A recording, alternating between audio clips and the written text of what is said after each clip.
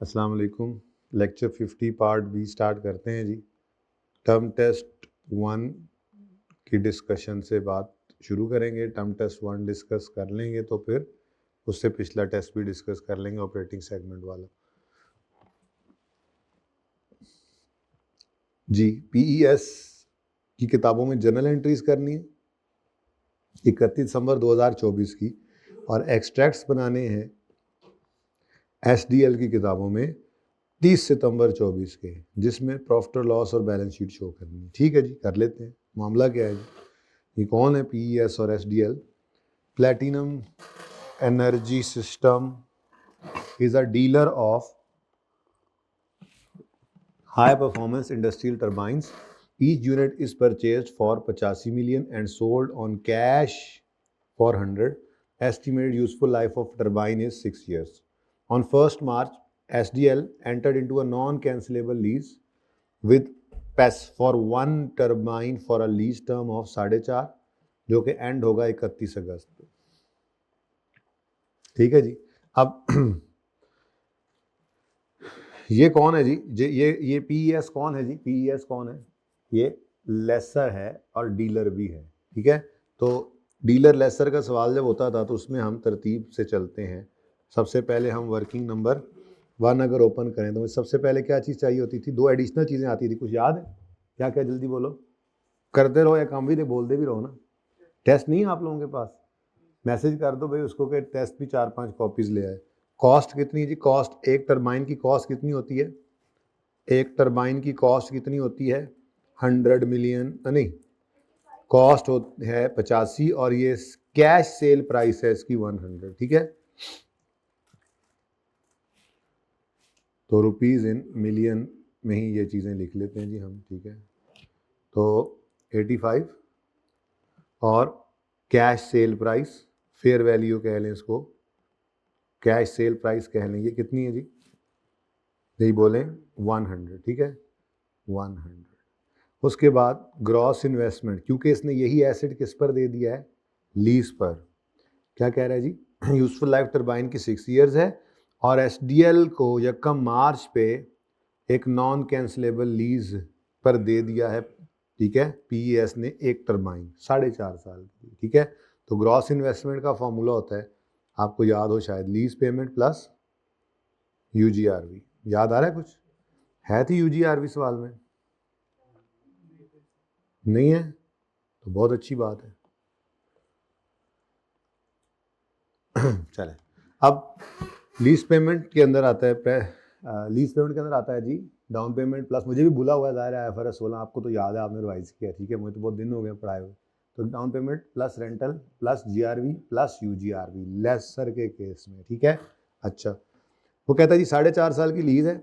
Lease requires an initial payment of 20 million, down payment आ गई on यकम मार्च 23। ठीक है, followed by 4 more annual payments. 4.5 साल की लीज है और 4 एनुअल पेमेंट्स हैं जो कि हर साल 4-4 मिलियन इंक्रीज होती जाएंगी और हर साल यकम मार्च को ही पे होंगी, with last payment due on यकम मार्च 27। बड़े भाई फनकारियाँ लगी हुई हैं इसमें। तो कुछ ऐसी बात मुझे नज़र आ रही है, वो जैसी बात भी नज़र आ रही है वो मेरे ख्याल में वर्किंग 2 में मैं बना ही लूँ तो अच्छा है। क्या ख्याल है? ठीक है, तो हमारे पास वर्किंग 2 में क्या होता था? डेट, इंस्टॉलमेंट, मैं तो भूल गया, डेट डिस्क्रिप्शन लिखने लगा था मैं, मुझे याद कराते रहो ज़रा। डेट, इंस्टॉलमेंट, प्रिंसिपल, रिवेल सरप्लस, भूल रहा हूँ। ठीक है जी, प्रिंसिपल, आपने भी आगे से पीएनएल बोल दिया, मैं सच में लिख देना था जी। इंस्टॉलमेंट, प्रिंसिपल, इंटरेस्ट और बैलेंसिंग फिगर। ठीक है जी, इंस्टॉलमेंट में प्रिंसिपल की अमाउंट और फिर इंटरेस्ट की अमाउंट और फिर बैलेंस। तो ये कॉलम पूरा कर लेंगे, हो सकता है पूरा ना ही हो, इसलिए पहले सिर्फ इतना बनाना चाहिए। अब किस दिन लीज स्टार्ट हुई है जी? असल में ना 4.5/6 करें ना तो मुझे वहीं से ही पता लग गया था, इसलिए मैंने पूरा कर दिया। वैसे 4.5/6 कर लें, कैलकुलेटर ओपन कर लेने में कोई हर्ज तो नहीं है ना? हाँ बोले ना बेटा जी, बोले। 4.5/5 6। ओह एक्सैक्ट 75%, तो फिर ये फाइनेंस लीज ही है, इसलिए मैंने पूरा बना दिया, लेकिन आप बेशक इतना पहले बनाएगा। ठीक है, अच्छा जी, एक भी टेस्ट लग जाए। अच्छा, यकम जनवरी जी, यकम मार्च 2023, ठीक है, यकम मार्च 2023 पर ये 4.5 साल के लिए हमने लीज पर दिया। इनिशियल पेमेंट यकम मार्च 23 को ही है। अब यकम मार्च 23 पर पहली पेमेंट है जो है 20 मिलियन की, और कहता है सब्सिक्वेंटली 4 एनुअल पेमेंट्स हैं, इंक्रीज होंगी 4-4 मिलियन करके ईच साल, और हर साल पेएबल है यकम मार्च को। तो इसका मतलब यकम मार्च 24 पर 24 पे होगा, यकम मार्च 25 पर 28 पे होगा, यकम मार्च 26 पर 32 पे होगा। उसने कहा था 4 और पेमेंट्स होनी है विद लास्ट पेमेंट ऑन यकम मार्च 27। कितनी होगी जी? हाँ जी, को मसला? सिंपल, ठीक है। अच्छा, लीज यकम मार्च 23 को शुरू हुई है और 30 अप्रैल 24, 30 अप्रैल 25, 30 अप्रैल 26, 30 अप्रैल 27 और फिर 30 सितंबर 27 पे 4.5 साल बाद ख़त्म हो जाएगी। तो आखिरी 6 महीने में, और फिर जो आखिरी किराया है यकम मार्च 27 वाला, ये फिर 30 अप्रैल 27 तक ही चल पाएगा। ऐसे ही है ना?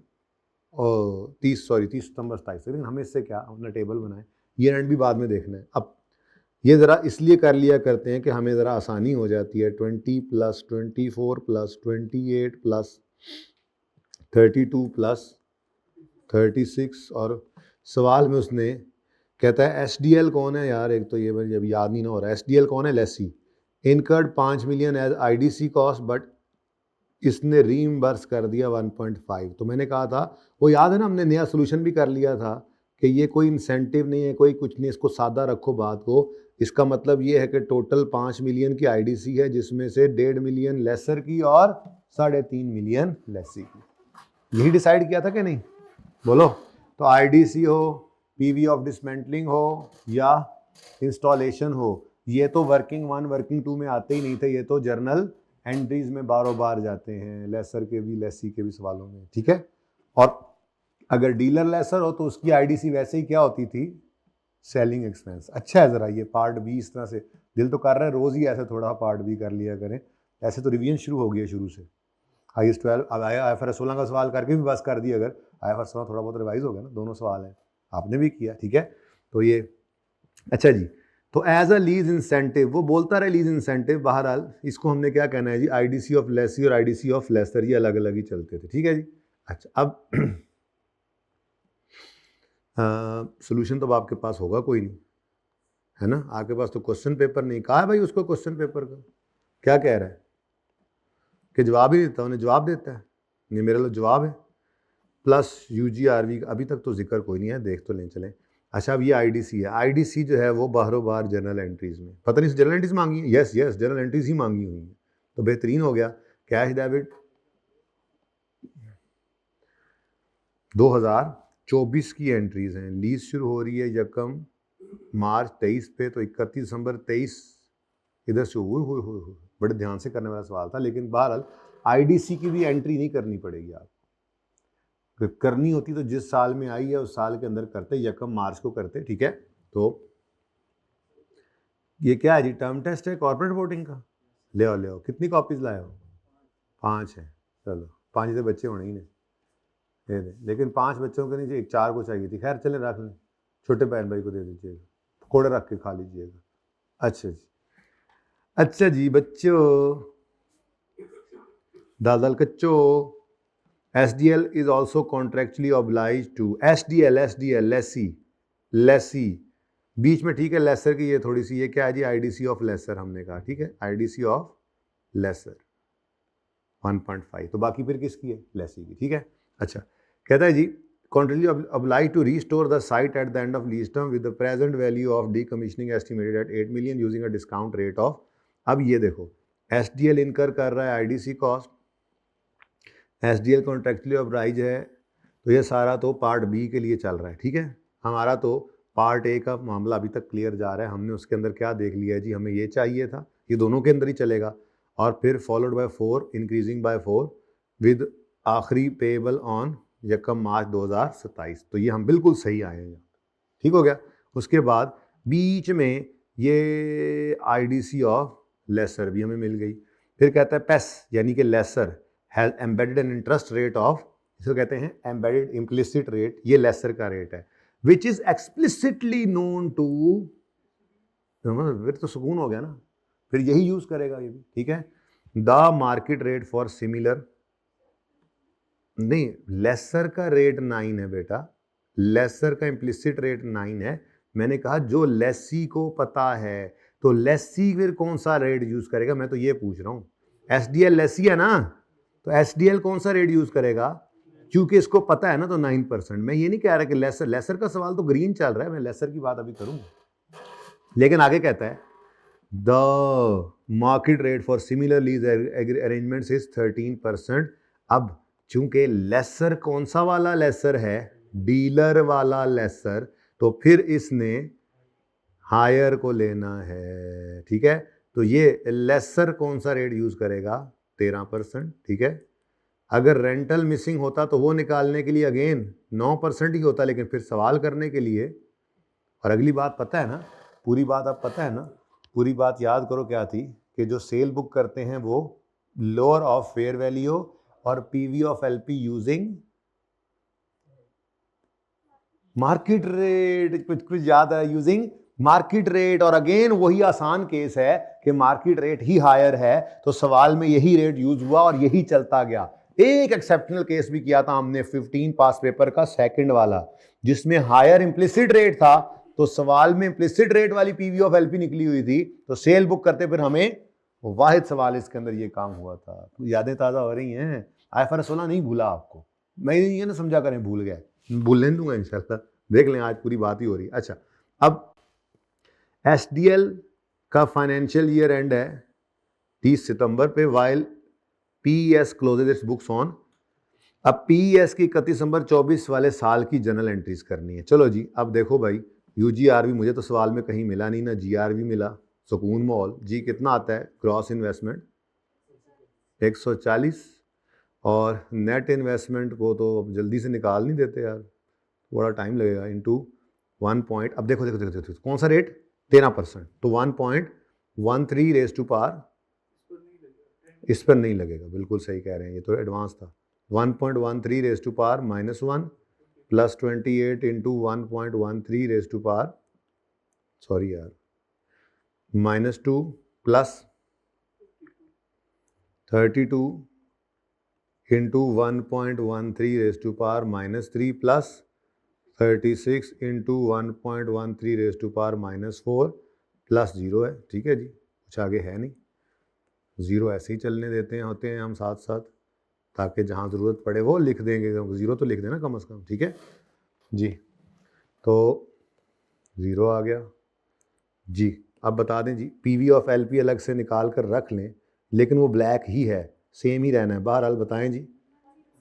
107 है और प्लस 0 है, इज इक्वल टू 107, ठीक है जी। अब नोट अगर बनाना होगा तो अनअर्न्ड फाइनेंस इनकम लिख लेंगे, और अगर नोट नहीं बनाना, क्या सॉरी, और अगर नोट नहीं बनाना तो मैं अनअर्न्ड फाइनेंस इनकम क्यों निकालूं, मुझे कोई ज़रूरत नहीं, तो ज़रूरत पड़ने पे निकाल लेंगे, ठीक है। अब स्टार्टिंग पॉइंट नेट इन्वेस्टमेंट 107, चलो पहला इंटरेस्ट मैं निकाल देता हूँ जी, कितना आ गया बकाया 87, उसके बाद 87 का 13% 11.3 जी,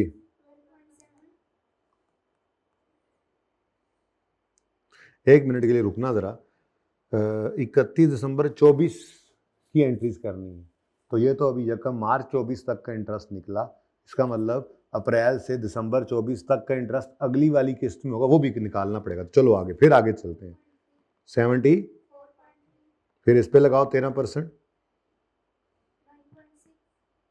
जी,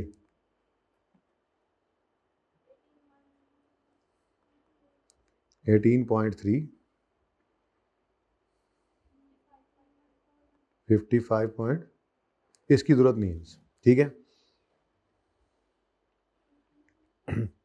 जी, सही है, कोई मसला है, 18.4 कर दें इसको, ये 74.3 पे 13% लगाएं तो 9.6 ही आता है ना जी,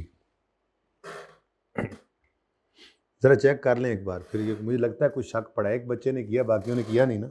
जब एक बच्चा कैलकुलेशन करे मुझे शक पड़ जाता है। प्लीज़ एक ना किया करे, कम से कम 2 से 3 बच्चे।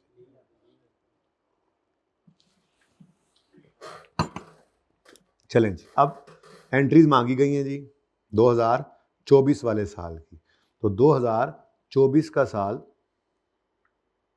ये देखें तो इससे ऊपर ऊपर ही चल रहा है, ऐसा ही है। और बोलो अब मुसीबत क्या है, ये तो 23 वाले साल की एंट्री है, जिसमें अगर आप कहें तो मैं एंट्री कर देता हूं लंबी वाली, सवाल की रिक्वायरमेंट नहीं है, पर इसकी एंट्री क्या होनी चाहिए थी, lease receivable debit, cost of sale debit, sales credit और इन्वेंट।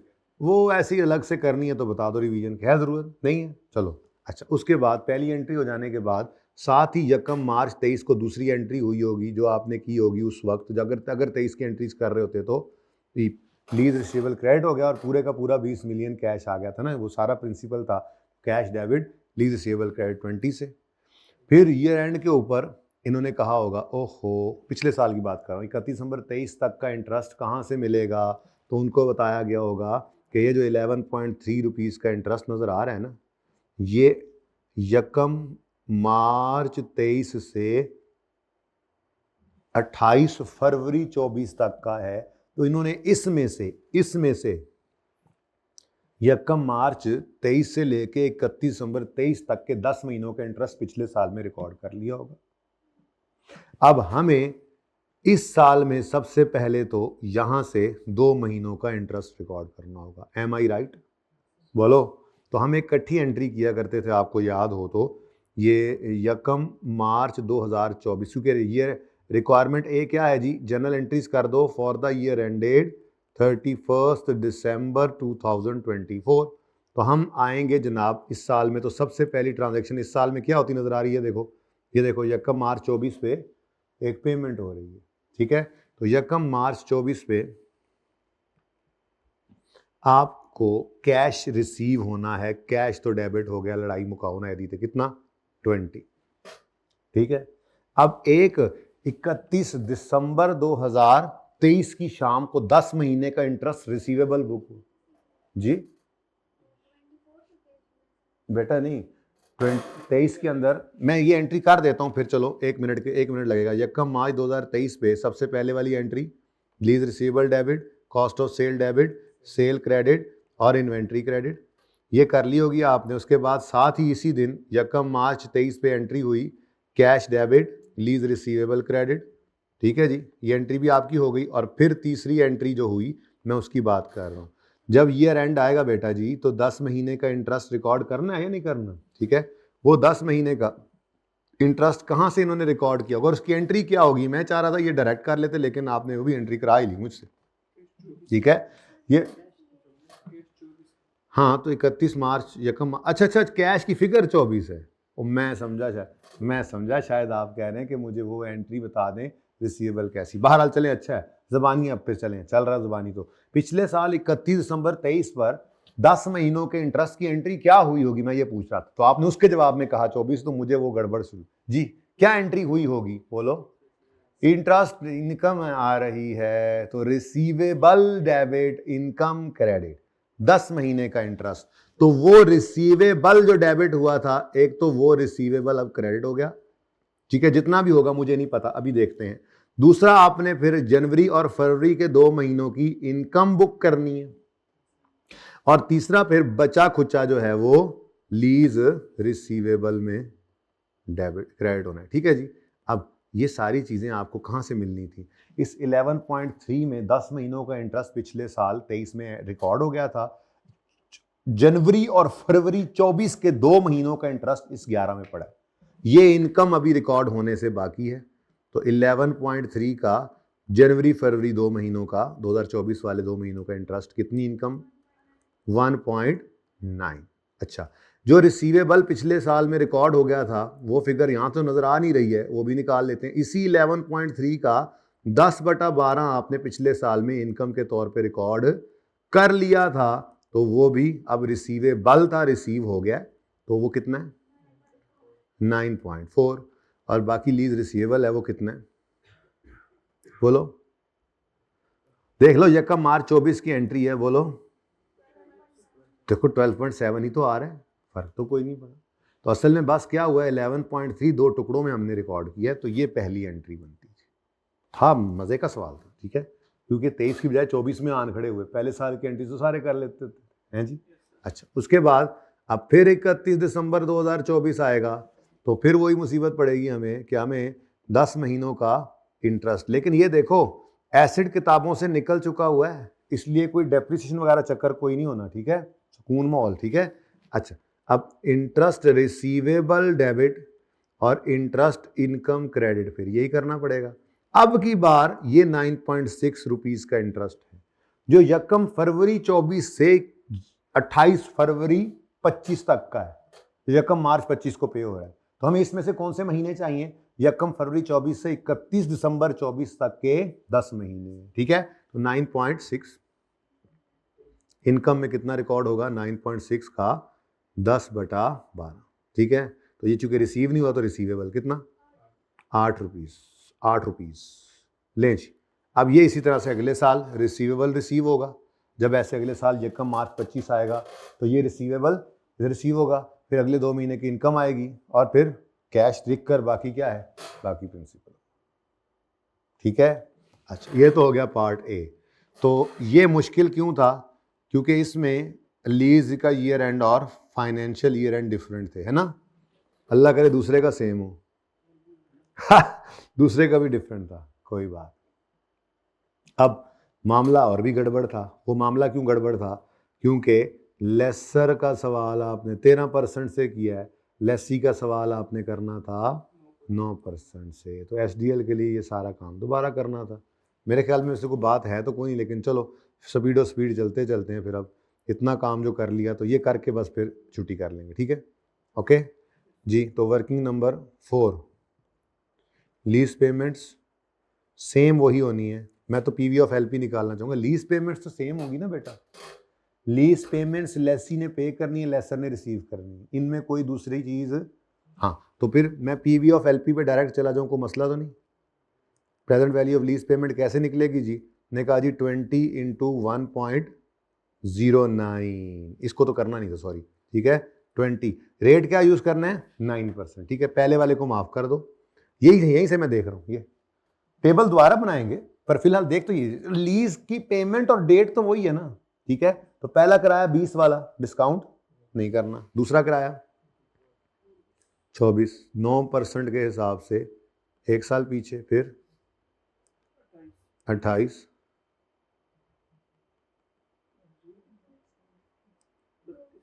प्लस 32 3 साल प्लस 36, ठीक है जी। अब बताओ आंसर क्या आया, आंसर जी 100, ठीक है। अच्छा, उसके बाद वर्किंग नंबर 5, जिसमें डेट, इंस्टॉलमेंट्स, प्रिंसिपल, इंटरेस्ट और बैलेंस। अब देखो बच्चों, एक असूल बनाया था हमने कि ईयर एंड डिफरेंट होता रहे, लीज का और फाइनेंशियल ईयर जो है वो डिफरेंट होते रहे। हमने लीज का अमाउंट एंड स्केड्यूल लीज के ईयर एंड के हिसाब से हमेशा बनाया करना है, और पिछला भी हमने ऐसे ही किया है, ये भी ऐसे ही करना है। दोबारा इसलिए बनाना पड़ रहा है, रेट डिफरेंट था, रेट से मतलब तो शायद मैं वही यूज़ कर जाता, जान छुड़ा लेते, क्योंकि आईडीसी ने तो वर्किंग 1 वर्किंग 2 में आना ही नहीं होता। पहला सवाल जो था यहाँ पे मैं भूल गया, यहाँ पे ये एंट्री भी कर देनी चाहिए थी, भूल क्या गया, वैसे अभी भी मौका है। ये अगर आप 23 की एंट्रीज कर रहे होते तो डीलर मैन्युफैक्चरर लेसर के सवाल में आपको बताया था कि आईडीसी की क्या ट्रीटमेंट होती है, बोले। डीलर मैन्युफैक्चरर लेसर केस में आप भूल रहे हैं, आईडीसी का क्या ट्रीटमेंट होता है, सेलिंग एक्सपेंस। किसी ने बोला है, आप में से किसी ने बोला है, जरा बताओ, किसी ने बोला है सेलिंग एक्सपेंस, याद आ रहा है, सेलिंग एक्सपेंस होता था, किस किस को याद है, बोला किसी ने नहीं, क्यों नहीं बोला, डर रहे थे, भूल गए, अरसा हुआ, भूल गए थे बेटा, किसी ने बोला ही नहीं। फिर सेलिंग एक्सपेंस डेबिट और कैश क्रेडिट, आईडीसी, ये 1.5 थी ना इसके केस में, ठीक है।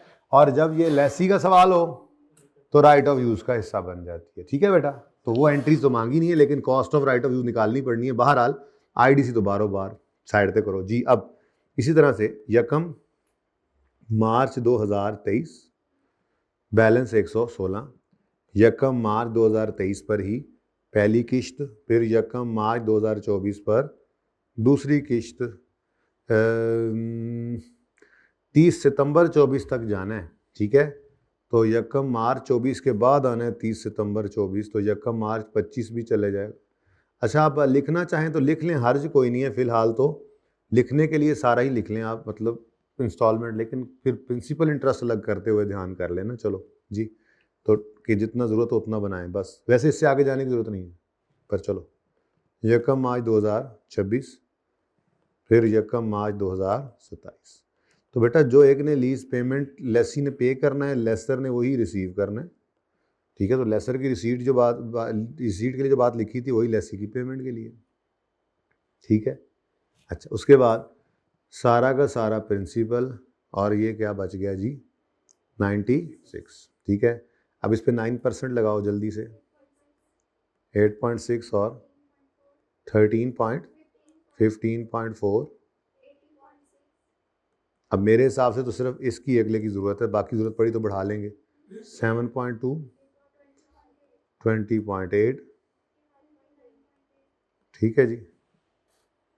ये कैलकुलेशन कर ली सारी इतनी जल्दी? अच्छा चलो, अब ज़रूरत पड़ने पर इसको मज़ीद बढ़ा लेंगे, लेकिन एक वर्किंग कर लें जो कि होती थी कॉस्ट ऑफ राइट ऑफ। हमने एंट्रीज तो करनी नहीं ना बेटा, एंट्रीज नहीं करनी। अब एंट्रीज करनी थी तो एंट्री, पहली entry right of use debit lease liability credit 116, फिर right of use debit lease liability credit 3.5 IDC, फिर right of use debit PV of dismantling credit वो निकालनी है। पर एंट्रीज नहीं ना कर रहे हम, तो बैलेंस शीट बनानी है हमने, तो कॉस्ट हमें चाहिए राइट ऑफ यूज की, पीएनएल बनाना है, उसमें डेप्शन जाने के लिए भी कॉस्ट चाहिए, ठीक है। तो हम cost of right of use निकाला करते थे, जिसके अंदर हम लिया करते थे जी सबसे पहले PV of LP, working number 4 से ये मिली हमें 116। दूसरी चीज़ हम ऐड किया करते थे इसमें आईडीसी या इंस्टॉलेशन, तो फिलहाल आईडीसी है सवाल में, लेकिन 5 माइनस 1.5 कर दिया, तो बाकी क्या बचा जी। और उसके बाद पीवी ऑफ डिसमेंटलिंग। अब डिसमेंटलिंग की कॉस्ट कितनी सवाल में गिवन है, कहाँ ये present value decommissioning cost 8 million की। अच्छा, विद प्रेजेंट वैल्यू ऑफ, सुभान अल्लाह, कहाँ तुम अपने रब की कौन सी नेमतों को जुटलाओगे। 8.0 गिवन थी। अब किस किसने इसको डिस्काउंट कर लिया पर्चे में और लाइन के बैगर, ध्यान से पढ़ो तो सही, एक दफा फिर पढ़ते हैं। चलो आप लोगों की, ये आप दोनों की याद में यादगार होती है ना, जाने वाले की याद में, ये आपके नंबर जाने की याद में हम इसको दोबारा पढ़ते हैं। क्या कहता है, SDL is also contractually obliged to restore the site at the end of lease term with present value of decommission estimated at 8। जो अभी क्वेश्चन 4 नहीं किया कल परसों, जिसमें प्रेजेंट वैल्यू गिवन हो, तो हम पहले फ्यूचर बना के फिर प्रेजेंट निकालते हैं। वो हमारे इफ्रिक 1 के सवालों के लिए वो जरूरी था, क्योंकि उसमें तो बहुत कुछ होता है। तो उसमें देखा था ना प्रेजेंट वैल्यू गिवन हो सकती है, तो ये गिवन थी, ध्यान से पढ़ना था, कोई बात खैर, ये तो चलता है, ये तो होता है, यही तो दुनिया है जी। बोलो 127.5 आपके पास कॉस्ट आ रही, ठीक है जी। अब जनाब मैं बनाने लगा हूँ एक्सट्रैक्ट्स, ठीक है जी। एक्सट्रैक्ट्स बड़े आराम सुकून से बनाएंगे इंशाल्लाह हम। किस साल के बनाने हैं हमने, 30 सितंबर 2024। अब देखो भाई, इसका मतलब पता है क्या है, 30 सितंबर 24 का मतलब क्या है, इसका मतलब है यकम अक्टूबर 23 से लेके 30 सितंबर 24। एम आई राइट? ये सवाल है ना, ये साल मेरा रिक्वायर्ड है, ठीक है। तो अब सवाल के अंदर उसने ये साल कहा है।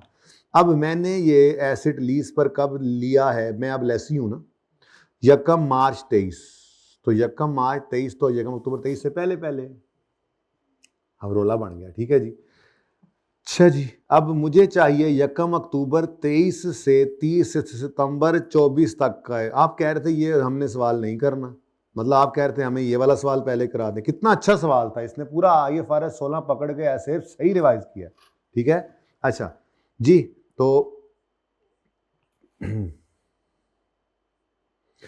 कहाँ थे हम जी, कहाँ थे हम, यकम यकम अक्टूबर 23 से 30 सितंबर 24 तक का इंटरेस्ट मुझे चाहिए और इसी अरसे की डेप्रीसिएशन भी चाहिए। अब डेप्रीसिएशन का मसला कोई नहीं है, क्योंकि एसिड जब भी आया था यकम अक्टूबर 23, यकम मार्च 23 पे आया था ना, तो यकम अक्टूबर 23 तक उसका एक साल एंड हो गया होगा। मुझे अब चाहिए ये वाला साल, तो आसान चीज़ क्या है जी इस वक्त? डेप्रीसिएशन। तो पहले वही निकाल लें। क्या ख्याल है? आसान चीज़ हमेशा पहले निकाल लिया करें, ठीक है? तो डेप्रीसिएशन एक्सपेंस बताएं जी, कैसे निकालेंगे जी? 127.5 की हमने कॉस्ट ऑलरेडी निकाल ली हुई थी, कोई रेजिडुअल वैल्यू वगैरह तो है नहीं जी, क्या है? तो डिवाइड कर दें इसको 4.5 से, और कितने महीने? हाँ, क्योंकि एसिड खरीदा कब था, यानी लीज पे कब लिया था? यकम मार्च 2000। तो फिर मार्च, अप्रैल, मई, जून, जुलाई, अगस्त, सितंबर, कितने महीने बने? 7। पहले साल में खड़े होते तो 7 महीने डेप्रिशिएट करते, लेकिन उसके बाद यकम अक्टूबर से 30 सितंबर तक तो ये पूरा साल हमारे पास रहा। माशाल्लाह। क्या आता है जी आंसर जी? अब ये 28.3 की जो डेप्रिसिएशन है, इसकी डबल एंट्री भी कर लेते हैं ताकि हमारी स्टेटमेंट ऑफ फाइनेंशियल पोजीशन सीधी हो जाए, ठीक है? तो राइट ऑफ यूज आएगा जी नॉन करंट एसेट्स में, स्टेटमेंट ऑफ फाइनेंशियल पोजीशन के एक्सट्रैक्ट्स। जी बेटा ध्यान से देखना, बैलेंस शीट है, अब अन्यवान टुरी जाना हम। इधर देखो जी, तो राइट ऑफ यूज की कॉस्ट कितनी है जी? 127.5। एम आई राइट? इसमें से माइनस करना है हमने। मैं क्यों 28.3 नहीं ले रहा? क्योंकि वो तो सिर्फ एक साल की डेप्रीसिएशन है, जबकि यहाँ पे हमने एक साल की डेप्रीसिएशन नहीं लेनी, एक साल और एक 7 नहीं थे, हाँ, एक साल और 7 महीने की डेप्रीसिएशन लेनी है। अच्छा, एक साल कैलकुलेटर पे यूं लिखते हो, 7/12 यूं लिखते हो, तो आंसर क्या आता है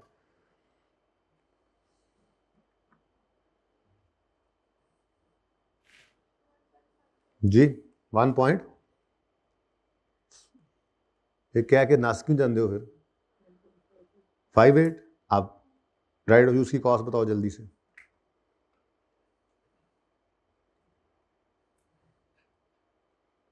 28 ये और तकरीबन जी 70-80 होनी है कहीं, बोलो भाई, आंसर बता दो। 82.7, ठीक है जी।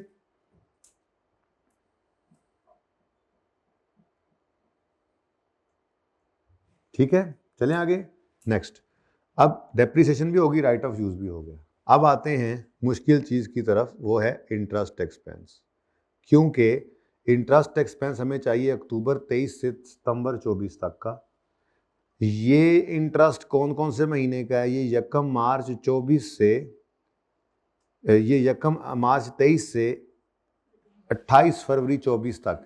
तो मुझे बताओ, इसमें से कुछ अरसा तो आ रहा है, बिल्कुल ठीक है, क्योंकि मार्च, अप्रैल, मई, जून, जुलाई, अगस्त, सितंबर, ये 7 महीने तो नहीं है, लेकिन यकम अक्टूबर भी तो इसी में पड़ा है। फिर अक्टूबर 7 नहीं है तो 5 होने हैं, कौन से? अक्टूबर, नवंबर, दिसंबर, जनवरी, फरवरी। तो इस 8.6 के अंदर कौन कौन से महीने जी?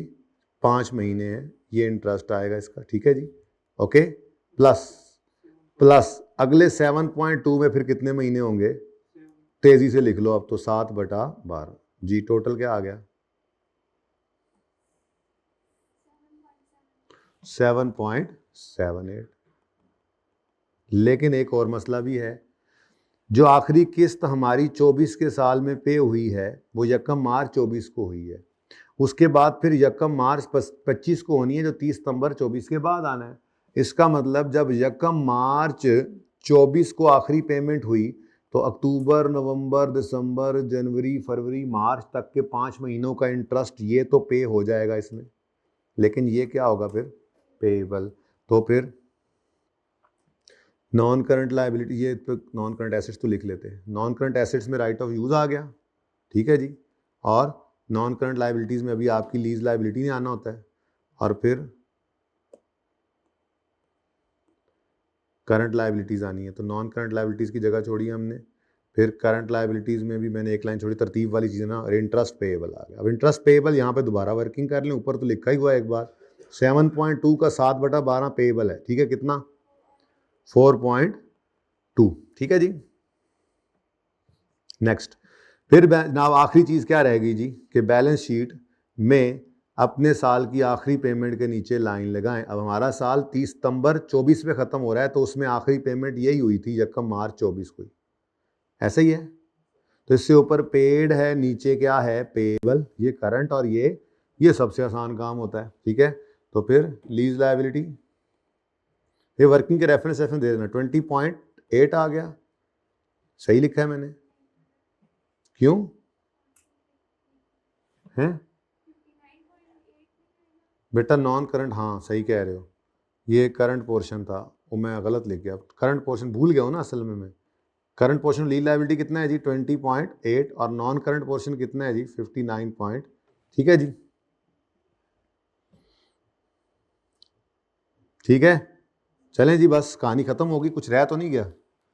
ये जनाब टर्म टेस्ट का क्वेश्चन नंबर 1 हो गया जी। ज़िंदगी रही तो ऐसे ही फिर मिलते रहेंगे वक्तन फ़वक्तन इन सवालों की डिस्कशन के लिए। तब तक के लिए अल्लाह हाफ़िज़।